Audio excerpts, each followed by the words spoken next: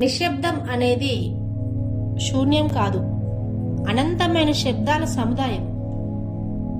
కళ్ళు మూసుకోండి. ఇప్పుడు మీకు కనిపిస్తున్న ఈ చీకటి మీ లోపల ఉందా, లేక మీరు ఆ చీకటిలో ఉన్నారా?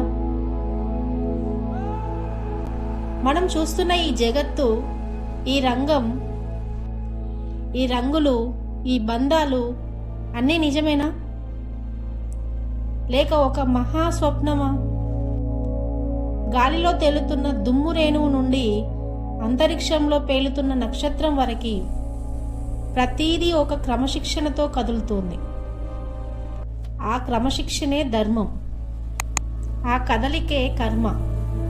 మీ జీవిత కాలాన్ని ప్రతిబింబించబోతున్న మాయా తెరను తొలగించి చూద్దాం రండి.